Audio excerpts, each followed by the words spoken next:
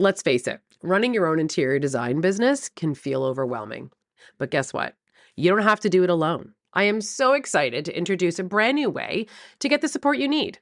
One-on-one mentorship with me, Laura Thornton, your interior design bestie. In just one focused hour, we'll dive into whatever you need most, whether that's pricing strategies, client management, presentations, attracting clients, building up a repeat business, or just getting out of the hamster wheel. You'll get clarity, strategy, and expert advice based on my 28 years of running a thriving business and over the last decade, a seven-figure design firm. This is your chance to get real answers to the questions you've been dying to ask from someone who's actually been there and is currently still walking the walk. Book your session as you need it. There are no strings attached. You'll walk away with personalized, actionable advice that you can implement right away. One-on-one, 1-hour sessions as you need it.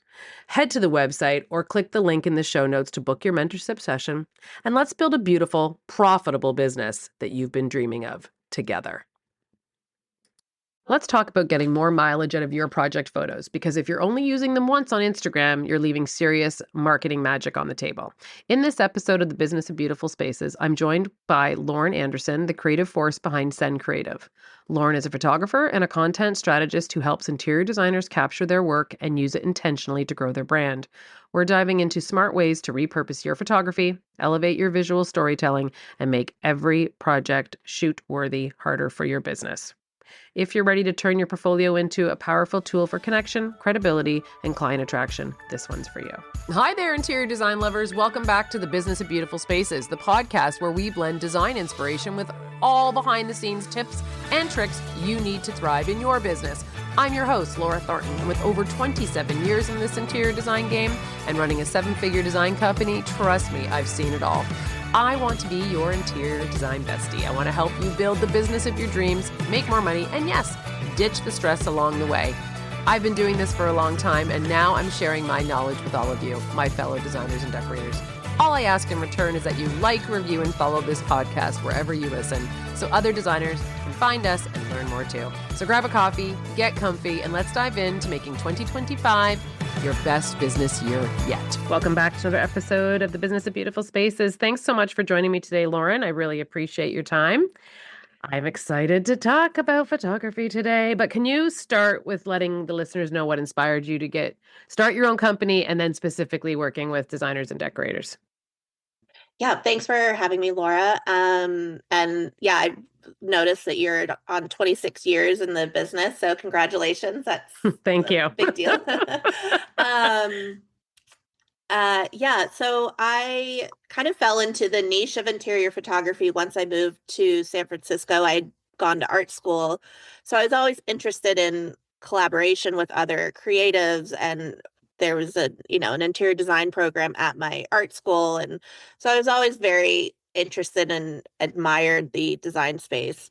So after about 7 years of kind of being my own just solo photographer working in interiors, I started Sen Creative when I was really hearing from clients who would invest in photography, but then had trouble executing the second part of using the photography, which is building a website and generating more content, and kind of so they would invest in the photos and then they wouldn't live anywhere. So I kind of saw this real industry need for help with those kinds of things. We can only wear so many hats. I don't do my own books. I let a professional do that. So I kind of approached website and branding work, as well as eventually adding video, where I just saw and heard a need from clients that needed kind of the whole package. And that's why we've added styling and PR services as well. I just really listen to what designers are needing and the trials and tribulations, and I've just really responded to the market gossip needs. Yeah. Market needs. Well, because if you're working with us, you hear it. And I love that you're also a creative running your own business, an entrepreneur, because that's the one common thread that we're all having is it's not just the pretty things that we're producing. It's how do we market ourselves? How do we use these images? And I think we're all our worst critics. So, to your point, sometimes it's better Absolutely. to have these things done and to hand it off to somebody else to execute. Because if it was up to me, I worked very hard for 20 years not to have my image anywhere. That now that who knew all these years later that social media and having your face with your company was so important that now I'm trying to Yeah. make up for 20 years of not documenting to have it Right. all of a sudden feel like it's everywhere. So that's just my own personal thing. But I imagine a lot of us are like that because we're all critical of ourselves too in our work. But I was going to mention it's funny, once we did a rebrand of our website, we did have someone, a photographer, come in and follow us around and did stuff in the Yeah. office. And then not only did we use that photography in the website, we used it on all our social media. Then it became this catalog that we could use Exactly. and share with our. So we now have done it every year. So Yeah. it's something that is an investment, yes, but it's an absolute tool that I think is a must to keep showing that you're evolving. But it also, obviously you're hoping it doesn't look as curated as it is.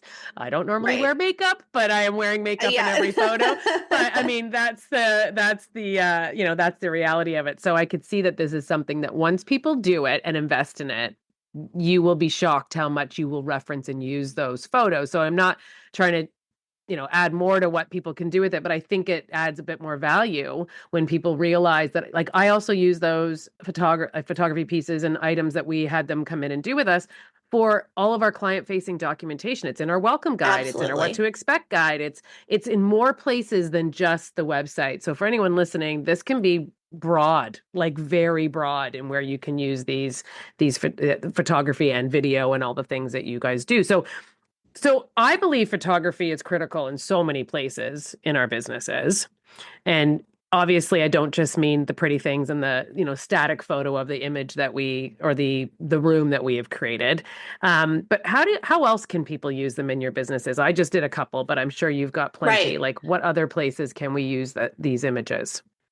I definitely, to your point, in your sales process, especially, and I think I was just speaking with a new designer yesterday, about using some images, even it, like custom cabinetry items, and special things that a designer really thinks about. As it's great to use it in your sales process, even if it doesn't live on your website. You can show that client, like, oh, this is how we use these beautiful joints for this custom cabinet or table, and capturing those details is also important. So absolutely for sales process, but also making sure that when you're working with a photographer, you get the horizontal and vertical orientations, because absolutely posting on Pinterest is a great SEO tool. So definitely, and those all usually orient vertically, obviously social media. And then with video, YouTube is going to be the next place that you need to be living on. So yeah, and I really try to emphasize that what we're doing is pretty evergreen content, even though, design choices and styles change a little bit. It's not like a rapidly changing art form, I would say. You really will have these as evergreen content for years. And we have clients get images published that were accomplished years ago, that are still very relevant today. So let's walk through your process of working with designers and what does that look like? Um, and initially we have a first pre-production call, where we walk through, the highs and lows of a project, what was really special about it. And this is something I also do when I get into the space, if we're not doing a walkthrough beforehand. But I try to kind of make a design story, which is leads into the storytelling part of photography. So I want to know, like, the challenges of doing these built-ins, or getting that right fireplace insert, or this custom upholstery piece that's super important to the family. A lot of times designers take family heirlooms and reupholster them and make something super, super beautiful and unique. So I definitely ask those sorts of questions beforehand and, give advice on florals or styling. I ask for progress images, mood boards, just so I can kind of get an idea of the story of the design and where it originated from. And what's your thoughts on coming prepared or providing like a shot list, like what the designer is hoping to achieve? And the reason I ask that is I used to do that. I used to come with this is what I like. And I would want to see the pillow that I spent so much time building, Yep. whatever the case may be. And then I stopped doing it because I was finding I was limiting the creativity of the photographer and their Mm. eye. And I know that also comes when you work with somebody regularly, but the results that I would get when I said to them, let you do your thing and you see what you see, and then I'll look at the image. If there's something that I feel like was missed, then I'd like to go back. But I'm wondering what your thoughts on that is as the photographer. I like a loose shot list. I kind of like to go in between the two. Because once I'm also physically in the space, and I've been doing this for so long that I can really see the angles maybe differently than what the designer does. So if they think that the main hero shot needs to be a straight shot looking right at the fireplace, and I'm like, well, actually, if we shift this way, I think this is tells a better story and we're getting less back of couch, whatever it might be.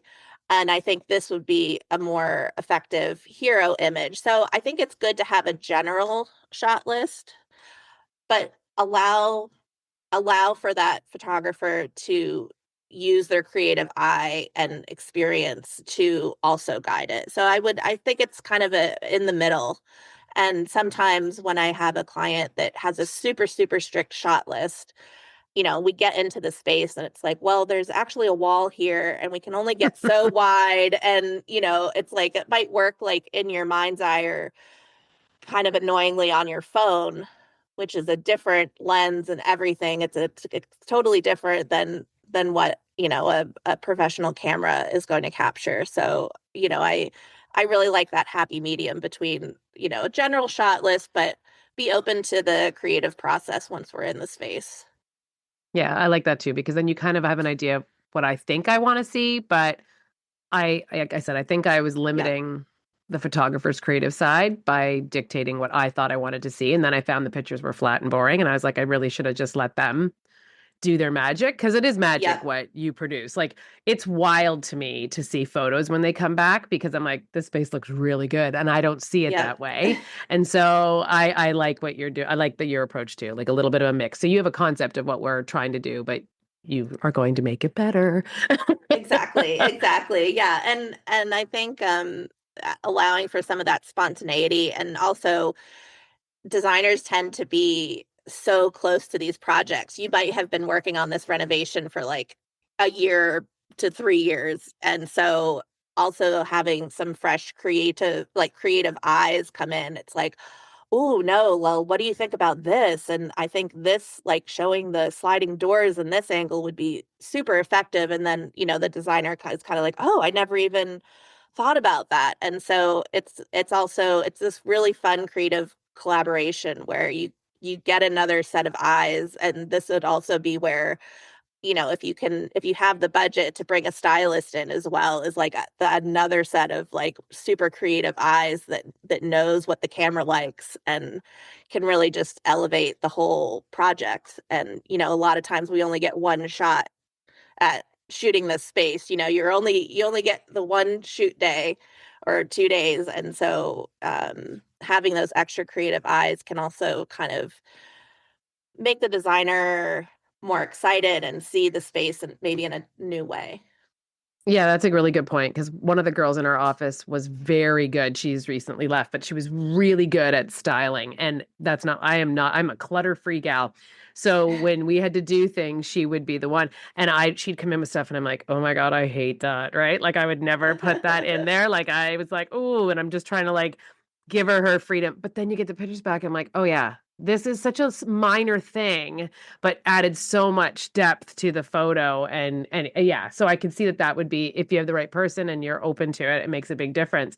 But you made a really good point because that happened to me this morning when you said the designers get stuck on something because it's our baby. These projects are things that we Right. like love for X amount of time, and we closed a project this morning, and I was so focused on the door hardware on a vanity because we custom designed it, and the homeowner must have thought I was a Fruit Loop because I couldn't stop taking little photographs of every angle because I finally got to see these custom made, custom designed by us hardware that we got to see finally on this vanity, and nobody else in the room cared. Like, he kept looking at me like, "Why are you not taking the photo of this gorgeous like tile work?" I'm like, "Ugh, done that a million times. This is this is the thing I was focused on." So I would be the person that would, in hindsight, say to the photographer, "Make sure you get my hardware." Nobody cares about the hardware the way I care about that hardware because I touched Right. it, I designed it. So I liked your point there, and it's very true. I would have probably put that on a shot list at one point. Now I would not. Now those photos are just for me.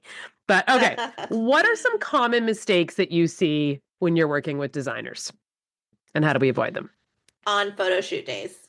Yeah. Or Yeah. in general, like when we come to you and say, okay, we're going to rebrand our website because we are a bit of control freak people. Like that's our Right. nature. So I don't care which way you just tell us what not to do so we get the best Yeah. results and get out I of our mean, own way. and I think part of this is finding the right person, whether it's branding or photographer, finding the right person that you can communicate well with. And I think it's okay. Like not everybody, it's a little bit like dating. Not everybody is going to be the right fit. So I think being honest and open about what what it is that you need and you're looking for. I would say specifically for shoot days, definitely having the preparation, at least a general shot list. Investing in really good florals is something that if they're not good florals, it breaks my little photographer heart. Let's leave the Trader Joe's, pre-made bouquets there, So, unless that's peony season, don't go to Trader Right. Joe's. Really try and I think a lot of it is preparation, and kind of exploring a little bit of what you are attracted to or not attracted to. And it can be as simple as sharing images with me on Instagram, and I do this a lot with branding clients. We make a discovery questionnaire, and we really try to get into your likes and don't likes and dig into um and that's part of our job is to kind of dig into, well, why do you or don't you like these things? And so I would say I preparation and really having a point of view, um, and whether that's in branding or video or photography. It's it's knowing your likes and dislikes, I think is a big thing, and it's harder for me if you're just like, oh, I don't know, like if you don't have a perspective, it makes my job harder. So I think trying to generate a perspective again for any of the mediums is a really big thing that designers should just consider when you're Yeah. doing any of the visuals. And if you're thinking that you're going to use these items, these photos in other parts of your business, I think we should just add to make it aligned. Like, I see this trend now where a lot of designers are having their rooms photographed and then they're in the pictures. And so Right, clearly they've gotten dressed after we've been a sweaty mess making this happen. And sometimes I'm like, that outfit really like it looks like you're going to a ball gowned party, but it is a, very rustic space. Like there's a right. disconnect here. So, Yeah, it doesn't feel aligned. Like something feels like you just whipped in, did it on the way to something and left. Like I feel like you kind of need to curate the whole thing as opposed right. to, yeah, that's something. And okay, let's talk about that. That's a new trend I see often. Is the designer is now in the photography of the room. Is that something Yeah. you're experiencing too? Give me your thoughts on this. I Give think me it's the tea. super I think it's super, super important that Okay. designers are ready on the day. It doesn't need to be a full face of makeup or glam or anything like that, but I think it is super important to have yourself in the space. So part of what I'm doing is making a three-dimensional space into a two-dimensional format, right? So I always like to add in the proof of life back into the photo, like somebody was just there, or the designer is in the space, they're interacting with it. It gives that sense of being of life in the space. And I think having a designer in there is great. It's always good content. I mean, Hmm. people want to see your face on social media. I mean, the most effective content is when it's, a more casual video or you in your car talking about something that happened on a job site. People love it. And so I think if you're going to be investing in professional photography, you should definitely be prepared to get in there. It doesn't need to be super staged or, you don't have to even be looking at the camera, but just being ready for that. Again, we're probably only have one shot to be in this space, right? So if there's like that custom chair that you really agonized over, get your butt in it and be ready for a portrait. I think it's always good content for sure. Interesting. Love that. Okay. So I'll embrace that. And anyone listening, that doesn't mean you just go put yourself in there now with AI. Like, let's not do that. Oh, no, no, no. Oh, good. That's what I AI haven't can seen do it for us work that now. well yet. Okay. So for designers who are on a tight budget, Yeah. how would you prioritize photography and how can they work with someone like you and your company to be able to produce these images, to be able to use them throughout all of their means that they need in their business that we discussed earlier? Right. I will mostly speak for how I structure structure my fees and everything is a full day, a half day, and I do hourly. So for designers that maybe are starting out, if you find a photographer that does hourly or half day shoots, that's definitely a way to keep the budget smaller. I love working with new designers. So often, it's one or two rooms or a couple of bathrooms. And so it doesn't warrant a full day shoot. It's not a full project. Um, but also, again, kind of going back to just who you connect well with, you don't have to necessarily find the best, most published photographer in your area. There are really great up and coming photographers that you'll be able to find. And again, it's like finding the person you communicate well with. And so I think that's important. But I think finding a photographer that does hourly or half day rates is a great way to definitely still get content out of a smaller project. So I like that you do that. I like that you have like different, because so funny, I wish you were closer. I'm in Toronto and our Toronto area, and we've been talking about this recently because our marketing team really wants us to be followed to job sites Mm, and to all the things. But it's an hour drive one way, and then I got to get in the car yeah, and drive an hour and a half. So now they're like, well, to your point, there are people that you can hire that'll follow you while you're on that site for that hour and get those images. yeah, Then it might be a different photographer in a different area for another hour. And I didn't even realize that was an option. So I think it's great that you hit all of those markers for anywhere that people are in their business, because it doesn't mean that maybe this month I can have you follow me on a job site and do a day, and then next time it'd be a full shoot, but you start to build up that rapport in so many different ways. And then there would be that commonality that you start to gain by having the same photographer, just like in any parts of our business. As you get to know each other and they start to learn what you like and what angles you like and exactly. what images you want, it gets that much more efficient. And then everything looks so cohesive and curated, which is always our goal, to make it look like Yep, it was all on purpose. So I do love that you hit all of those for anyone that's working with your team. So if designers then find the right person to work with, like example, you. So let's say we start working together and now we've done a small project, a big project, a couple of days on a job site. So they now are really comfortable with you.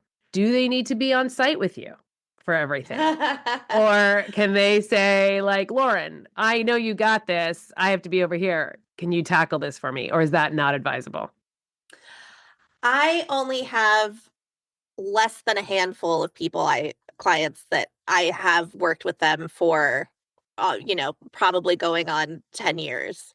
Um, I, I have found that I prefer the designer to be side by side with me during a shoot. Whether we've worked together for 6 months or a few years. Again, a lot of times it's a larger investment for that designer. Um, we've got one shot at this, and so I shoot tethered to my laptop, so we're reviewing everything as it's coming in, and I want to make sure that there's no regrets. Like there's nothing worse than investing, you're not billing during that time of a photo shoot either. So I want to make sure that we are getting everything just right.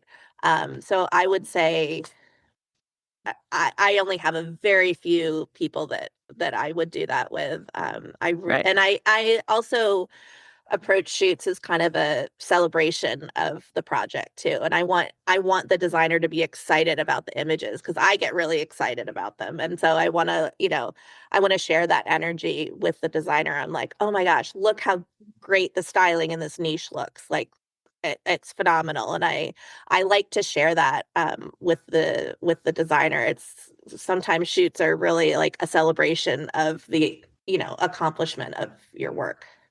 Yeah, it's a great way to look at it. So we kind of touched on how we're noticing this trend of the designer being in a few of the images. Is there any other photography trends or technology that's now emerging? Like, I mean, we're embracing AI in our businesses at a rapid rate. I'm assuming there's Yep. must be some trends or technology that's happening in your field too. But what are some other trends that people can start once you hear it and once you see it, you can't unsee it. So what I noticed Right. when we were talking earlier about the designers being in the photo, is there any other trends that you're seeing that are becoming more prevalent? Um, I would definitely say not over styling, really, really minimal styling. And I think that really is the most effective way to show like the main design choices that the designers made.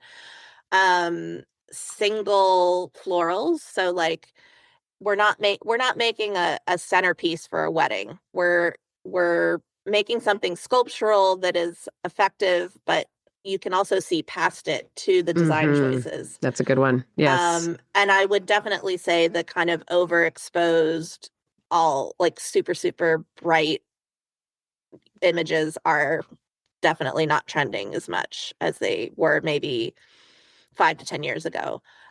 It's leaning into the shadows a little bit more. And I feel like I've seen a trend, especially in editorials, of, you want to feel the texture, you want to feel the warmth of a space.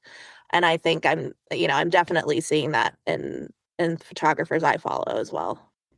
That makes sense because, of course, that's where we're at right now. Everything is so nubbly and textured and Yep. bouclés and all of those things make such a, yeah, to your point. And then also, even just the trend in design, things are darker and warmer and richer Yep. and more enveloping. So that would make sense too. Interesting. Okay.